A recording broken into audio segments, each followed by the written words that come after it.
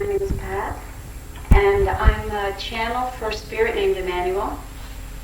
I think I ought to explain that a little bit, but I won't, because what I'm perceiving is that Emmanuel wants to explain it. When I channel Emmanuel, what I have to do is close my eyes and go into a meditation space, which I guess you all are familiar with, and step back my own human personality and allow Emmanuel to speak. What you hear is pretty much my voice, his thoughts, and his vocabulary. Can everybody hear okay? He's saying there's no mystery to this, of course, not to any of it. You all have been guided since before your conception in this lifetime, and certainly eons before that. Every minute of every day, you walk through your life with guidance at your hand. Not one of you walks alone. How would you do it? Why, you would stumble and fall. And this does not mean that you are inadequate to the task. It simply means that when one has become human, when one has agreed to enter again into a physical body, the very issuing into a physical body brings with it the illusion of separation. And you believe you walk around separate from who you really are, separate from the oneness, separate from the God. And so we in spirit align ourselves with you, though we no longer require physicality in order to learn and to grow as you do.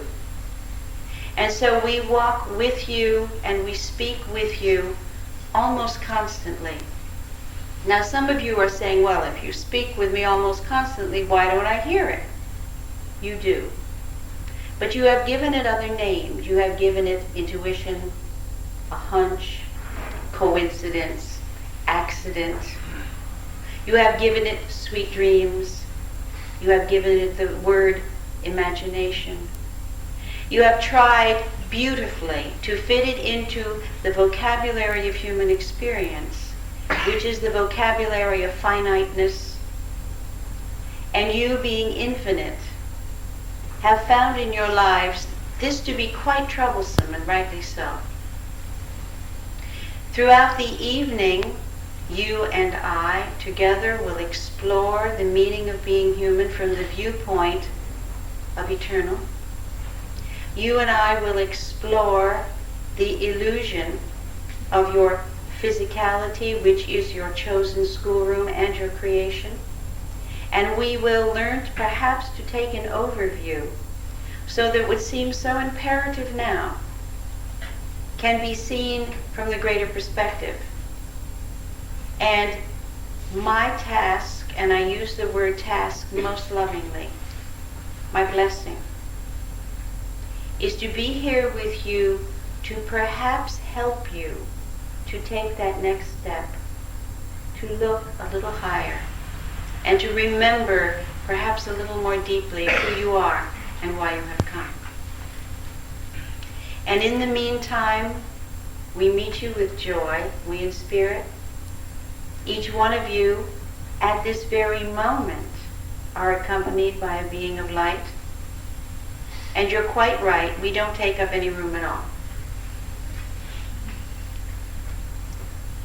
It is very interesting to note that as you move beyond the misconceptions which seem to be the absolutes of human experience, the mind must take a back seat.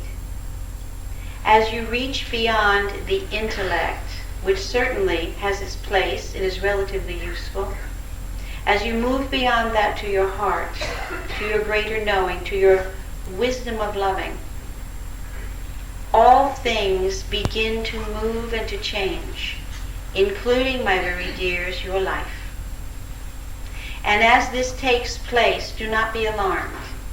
It is the most wondrous time when a soul incarnated begins to remember who it is.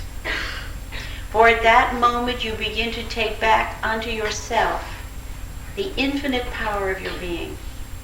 And when you are empowered in the name of love, for there is no other empowerment, you are then able to believe in your own worthiness to be loved by you. And if you can acknowledge your own lovability, you will have found the key to the loving of others. And all things will take on that magical quality that the dance of eternity is meant to have. At this moment, we will begin with the meditation and continue from there.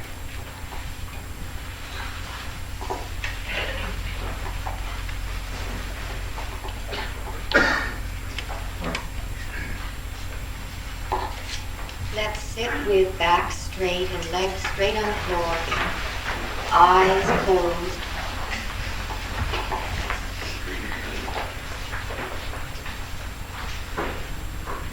I'd like us to get back to the image of sacred ground. We're sitting on sacred ground. Our bodies are consecrated ground. And that which is within is sacred.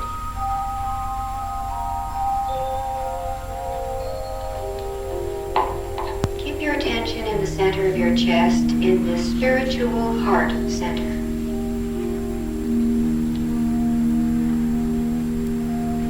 Just as if you could bring your mind right down into your body and hold a focus there in the middle of your chest.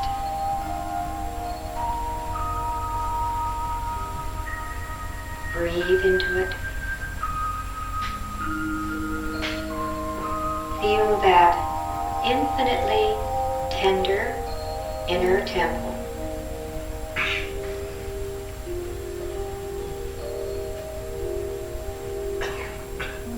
Keep awareness in the heart center.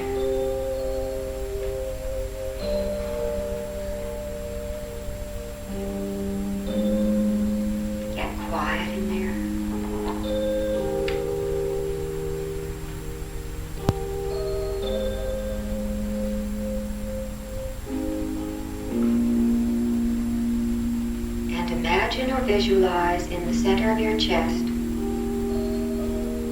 a point of intensely brilliant light.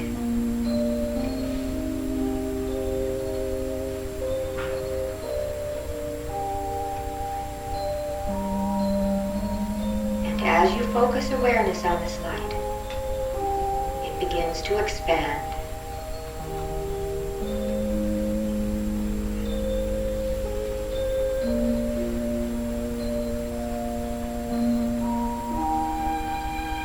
From the center of your heart, outward into the body it grows, losing none of its brilliance.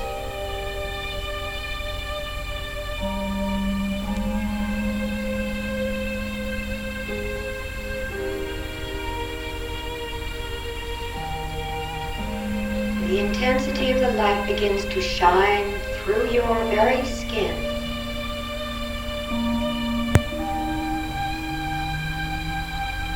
The light grows to fill the entire chest cavity.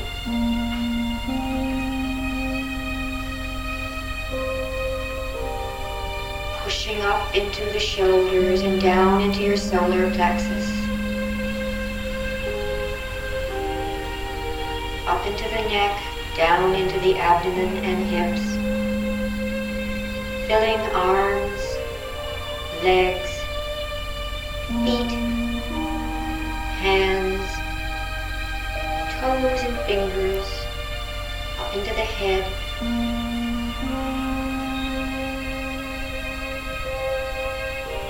So that there is now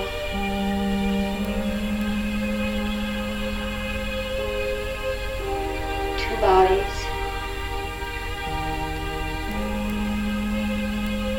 one of light, one physical, both you. Both holy ground.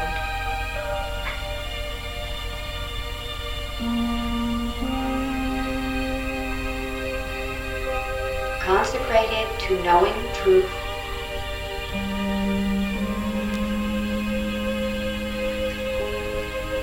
serving it.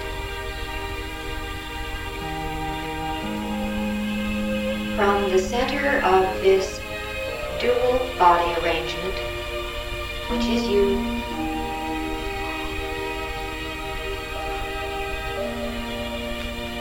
from the heart center of both bodies,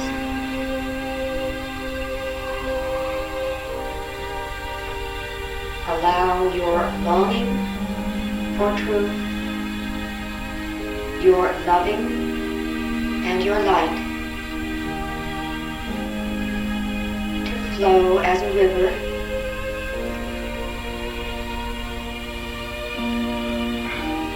washing all of us together as we sit here.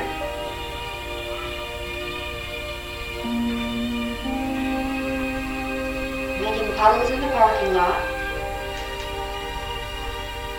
flowing out rapidly. Light is unencumbered by time and space as we know it.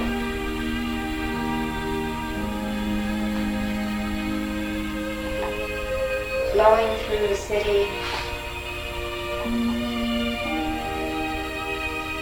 across continents and great oceans, wrapping our planet in healing, loving light.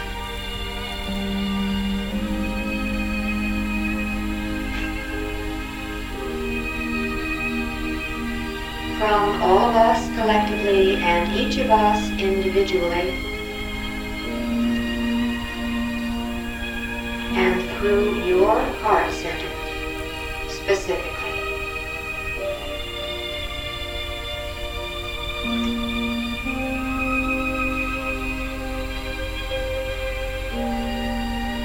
Serving as a light bearer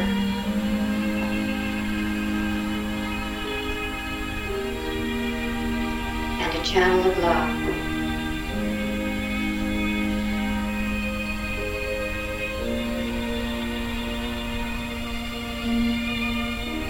Let it flow.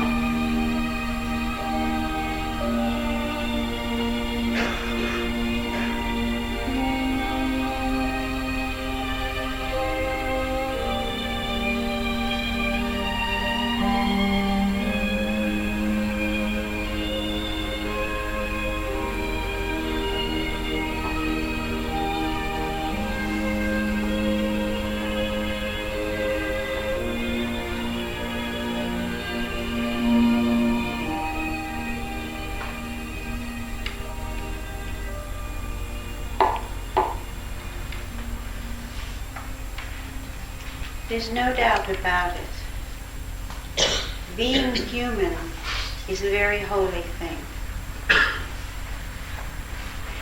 I would like to take the liberty while you are all sitting in this wondrous space to remind you that every part of you is created of, for, and by love. And that everything you have done in your life has been done in the name of love, regardless of how it may seem to have resulted. And that there is much of you that you have labeled not good enough for as many individual reasons as there are people sitting in this room. And the moment that you are taught, the moment that you decide to become less than who you really are, you have begun your pursuit of truth. Because to be reminded again and again by one's own self, certainly in maturity, and by one's own childhood environment, that you must alter, that you must hone, that somehow you must become less than or apologize for who you really are. To hear all this sets you on a path of seeking to know the truth. And why would this set you on such a path? Because to know that you are not enough is extremely painful. And each one of you has experienced that pain. Oh, don't try to remember it right now in your intellect. Just sit for a moment now in introspection where you have just been. Move back into your inner beingness, into your light. And ask yourself at this very moment, if I would allow, who would I be right now? What would I do with my life? My faith, my heart, my joy, my pain. If I could be absolutely in my truth, and I don't even know what my truth is now, I have forgotten it. But if I could allow my dreams to be realized in a world that promised to be safe, who would I be now?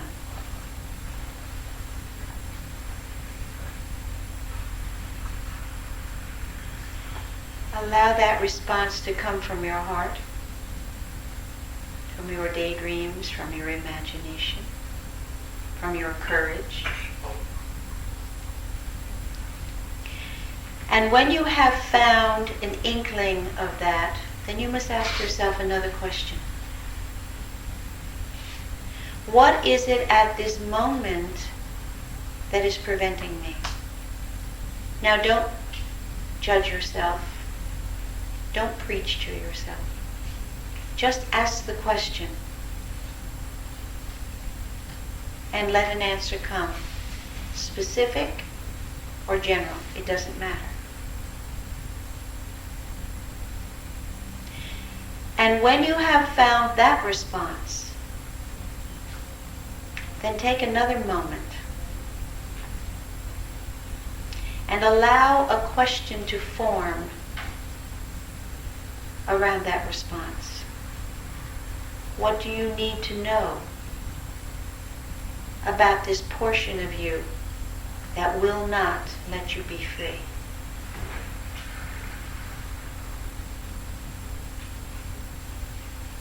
Take your time.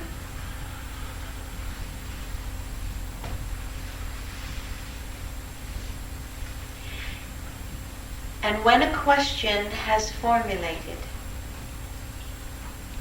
and we will all sit for another moment or two, then you will be given time to write the question.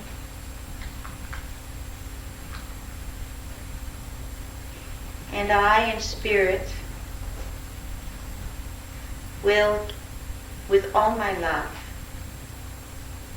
respond.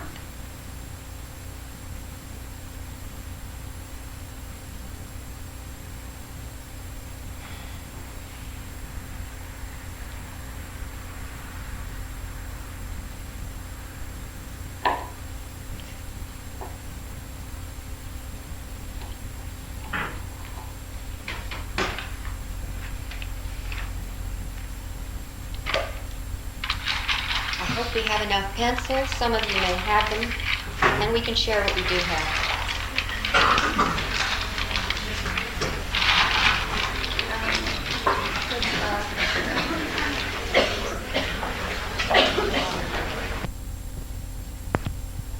Even more. Oh, my dear angels, you are all light. You are all beauty. You are all love. And regardless of what you seem to have manifested in your lives, this does not alter the fundamental truth of your beingness. We'll begin. We're going to pass this back and forth. Who am I? Why am I here? That's an excellent beginning. Of course, this question will be both specific and general. For in your question, you are wanting a specific response, which I will be pleased to give you. Nevertheless, again, we address the oneness within each one of you. Who are you? You are a being of light that has begun eons ago a most wondrous journey into the act of creating. You as light, as oneness itself, have accomplished many things in this time-space illusion that you call human experience. You have walked down almost every street on almost every land. You have written, you have danced, you have sung. You have been a poet.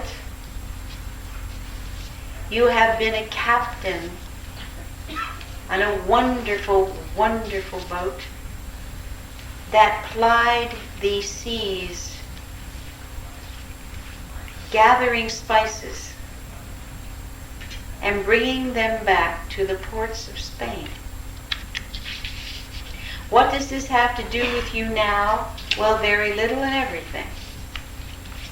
One does not need to know who one has been, but it's fun. All you truly need to know is who you are now.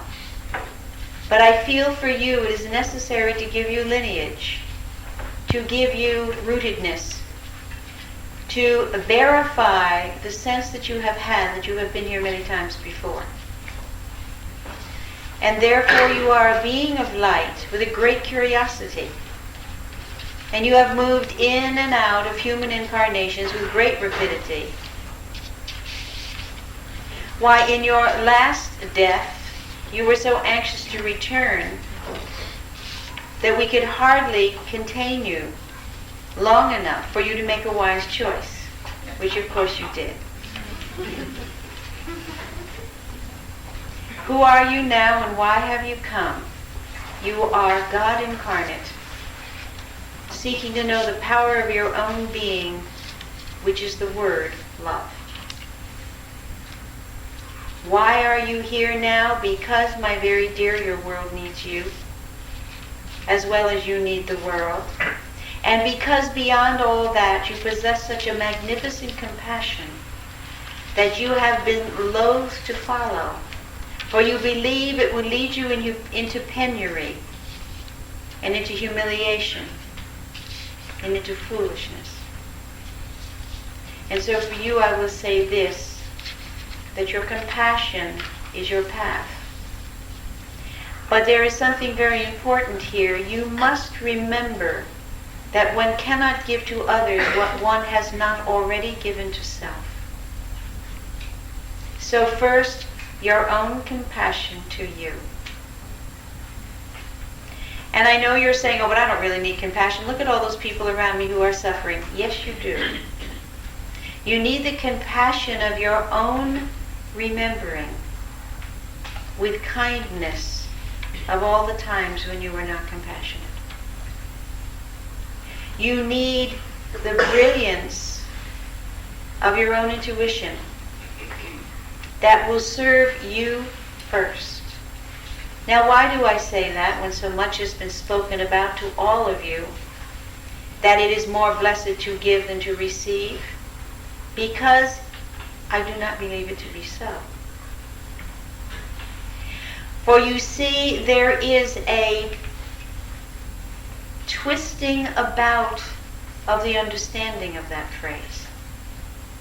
When one is taught as a very small child to be mannerly, to give to another, first choice, you have already violated survival.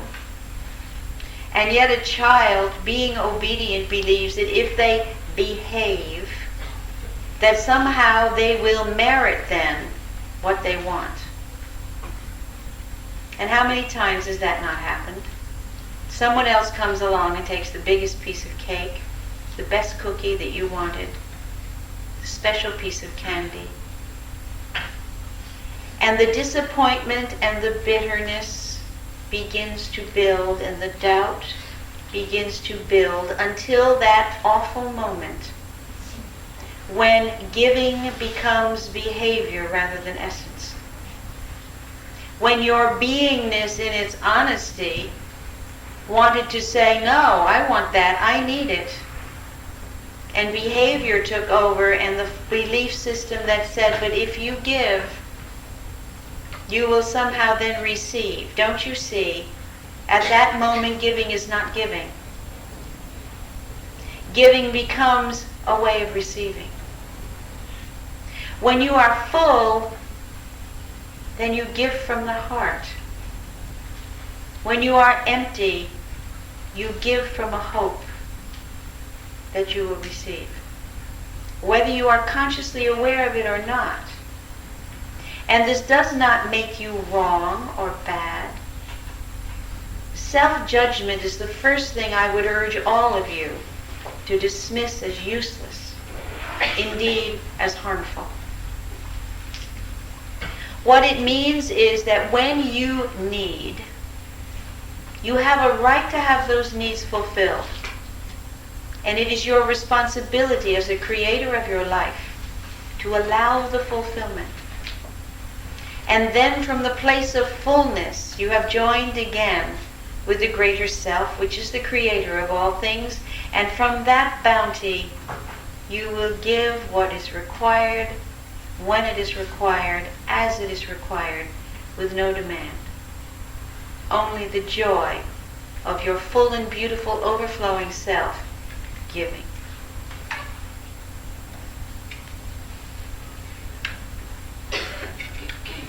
Can one ever perfect their soul spirit in one lifetime? No.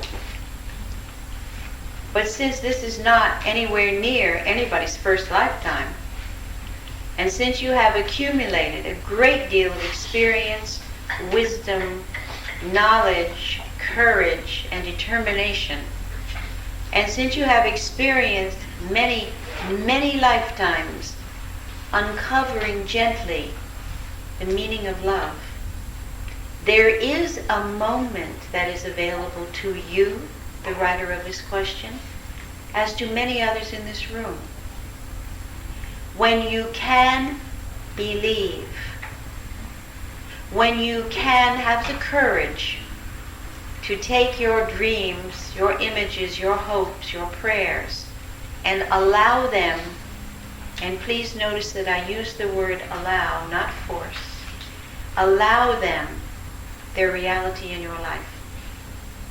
And in that moment, you will know the fullness of who you are. Now, it doesn't mean that as long as you remain in a physical body, you are not at times going to forget that again. But that doesn't matter.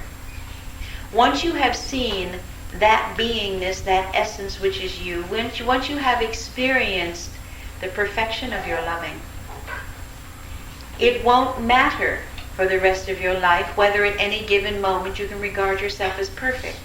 For you will know. You will have broken through the barrier of forgetting. You will have remembered. And from that moment on, your life will be glorious. And even in your forgetting, you will know that you have forgotten. And that's enough. Human experience is not meant to be perfect. It is perfect in its imperfection. It is not perfect in its awareness. But one moment of perfect awareness, and the rest is simply living out a promise that you will have remembered that you made. If you would help me, I am asking for a new name, my true name. And how do I discern where to live in this country? Your true name is love. Whatever language you wish to say that in, to use as your name, I would certainly applaud it, as would you. So go through the list of various languages and find the name of love in each one and choose the one that pleases you most. That's nice, isn't it?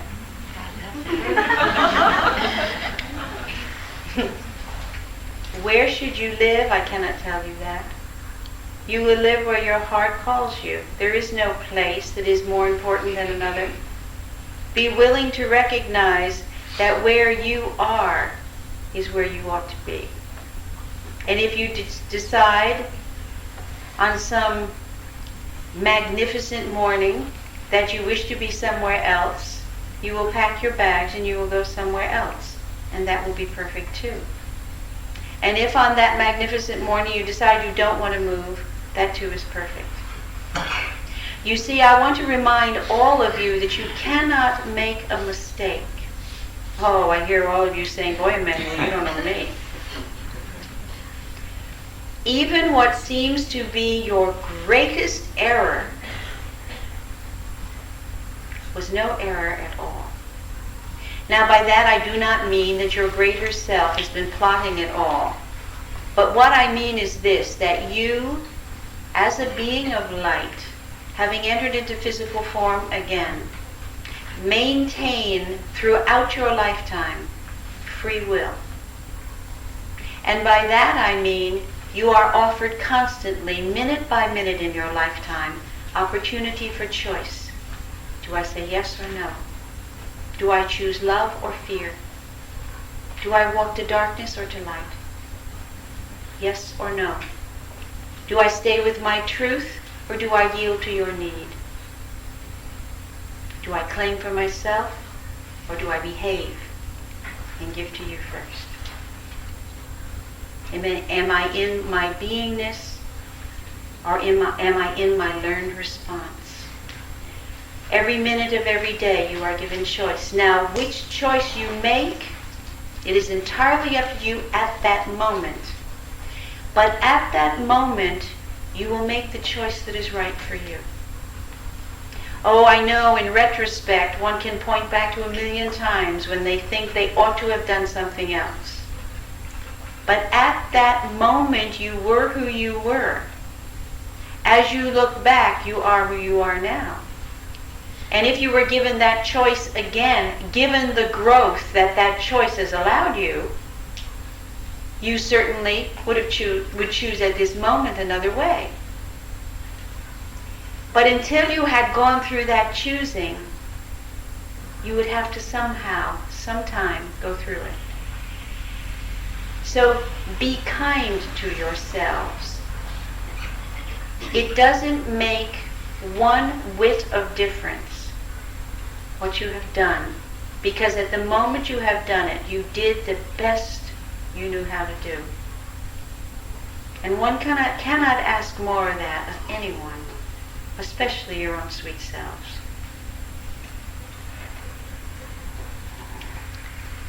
Help me to choose joy, peace, light. I will be delighted to. The part of you that believes that you belong in sadness, turmoil, and darkness is the part of you that you have been responding to either with collapse or embattlement all of your life. Help you to choose joy. You must first respond within yourself to this question, why should you not have joy? And you will find, not from the intellectual response that wants to say, but I should, but from the emotional response that says, because if I move towards joy, joy will move to avoid me, and I cannot again stand that pain. There is healing that needs to be done. There are scars that go very deep. You have, as a child, been abused, though you may not have recognized it as that. To be taught that one does not belong in the light and in joy is abuse. To be taught that your presence is not one with light is abuse. Now, I say this not so you can build up a great case against those who brought you up. I say that so that you can now rectify the misunderstandings that you received then. For as small children, you all believe in the absolute wisdom of your parents, or of the adults who are raising you. Small children, you see, infants, enter into human experience trailing memory behind them, you come as comets of light and love. You come as a gift of love. And as you enter into your families, you see nothing but love. You see oneness, you see perfection, because you are perfection. And you remember and you hold the image of perfection. And yet, because of this loving the imperfection of your parents, of your adults in your life, offer you opportunity, yes, to begin to alter to the illusion that you yourself have come to learn. And through the learning of it and through the acquiescing to it, ultimately learn that it is not your truth and transform it back into the oneness again. And this is your task in very general terms. But you, dear sweet being of light, entered into a family that shunted you from the light, that believed that there was not enough, and therefore that they must hold it all for themselves, and they did not see the glory you brought with you. It frightened them. So in the name of your own loving, I urge you to begin first to rewrite your history, to go back into deeper memory and allow the child in you to speak. This is how it was. And then, having recalled not what you were told and what you believe you ought to have felt, but what you truly experienced as best you can, then rewrite your autobiography, giving yourself the family, the support, the environment that you now know you require. Sounds arduous, but it will be extremely interesting. And you will find it most liberating as well. I want to say one more thing to you. You do not have to be kind. You have to be truthful.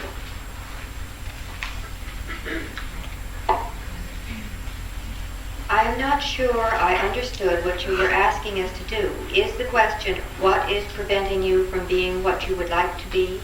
My answer, limited belief. Thank you. That's my answer too. What we need then to explore, you and I together, is what is limiting your belief. Now, one could say, very general terms for everyone, the number one limitation of belief is fear. But fear of what? Each one of you holds your own experience and therefore your own vocabulary of fear. I am not good enough. I tried it once and it didn't work. Fear of humiliation, fear of rejection, fear. Mostly it is the fear of the small child within all of you that was terribly afraid of being left alone, of being abandoned. And so you read very carefully the expressions on the faces of your family. And you clearly attuned, because you were so sensitive, to what was expected and what would not have been tolerated. And you made your path along those lines, because at that time it was quite true. You needed to be loved as much as you could be loved in order to survive. But in that act of loving of both them and self, you created a very painful circumstance, which is self-betrayal. And until you can find that, you who have written this question, and until you can understand and forgive your own self-betrayal, you will not allow yourself your belief. Because you do not believe that you can trust your own belief again. A suggestion, prayer, meditation, and a great deal of pleasure. Find where you can take yourself to be comfortable, happy, filled, joyous. For belief does not have to walk in the valley of pain in order to be verified. Belief can also dance in the light, and it's much more pleasant there. Why am I still afraid of death? Only because you have a short memory.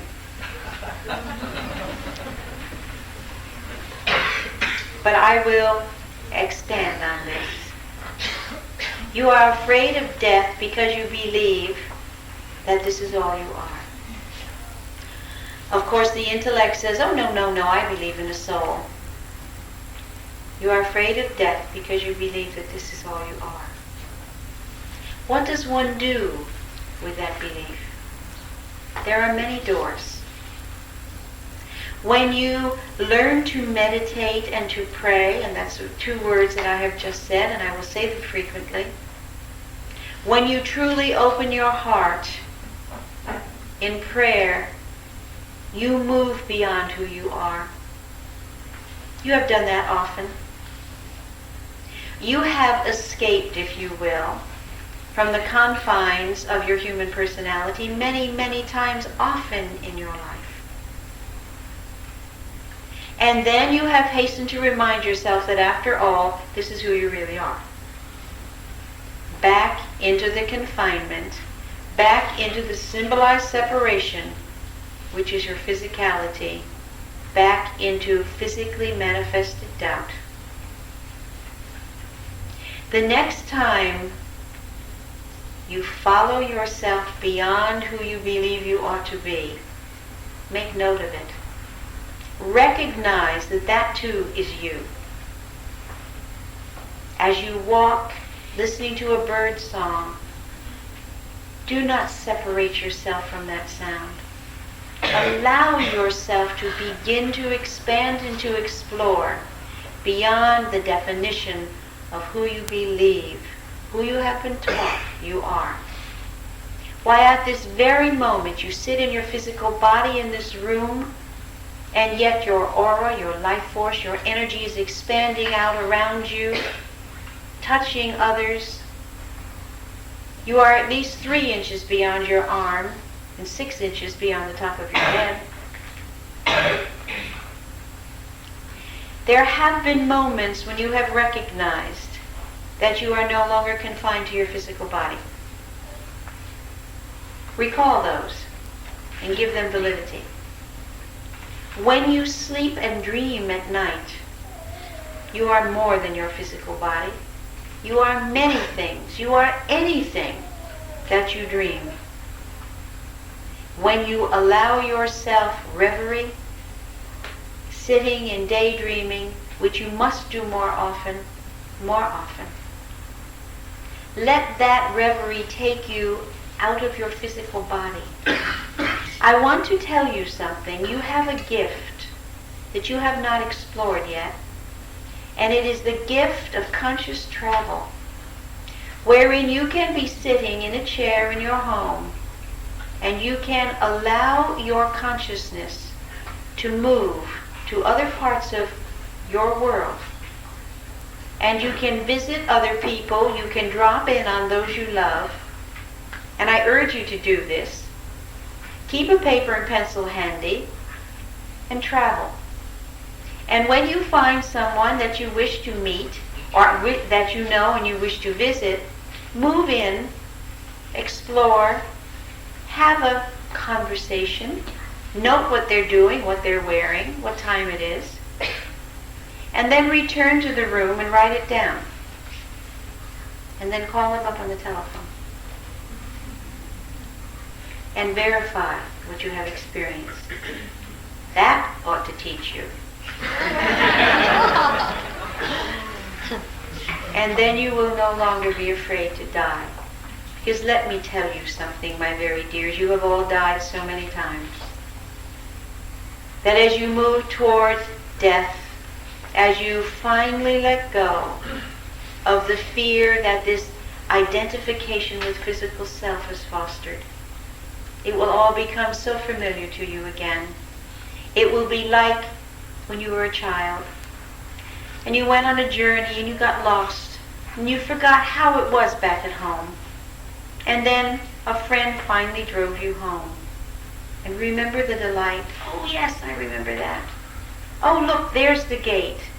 Yes, and if I just run down there and turn the corner, I'll be right at the back door. That is exactly how it is. And not only will those who have gone before you in this life be there to greet you, oh, but everyone you have ever loved. Everyone that you have touched with your loving is always and forever a part of you. That is how one remembers and returns to oneness, bringing with them all of the illusion of separation that has been healed, that has been transformed back. Every person, everything that you love in this lifetime, you claim it back to the oneness of self, even if you never see it again. And so you